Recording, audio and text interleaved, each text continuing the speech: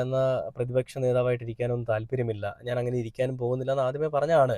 എന്നാൽ ചില ആളുകൾ അയാൾ തന്നെ ഇരിക്കണമെന്ന് പറഞ്ഞതിന്റെ പേരിലാണ് അയാൾ അങ്ങനെ ഇരിക്കാമെന്നൊക്കെ സമ്മതിക്കുകയുണ്ടായതെന്നാണ് ഞാൻ മനസ്സിലാക്കുന്നത്.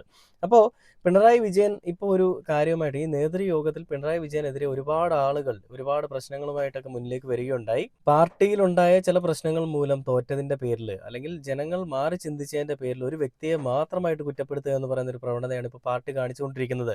ഒരിക്കലും കമ്മ്യൂണിസ്റ്റ് എന്ന് പറയുന്ന ഒരു പാർട്ടിക്ക് അവർക്ക് ഇണങ്ങുന്ന ഒരു രീതിയല്ല അത്.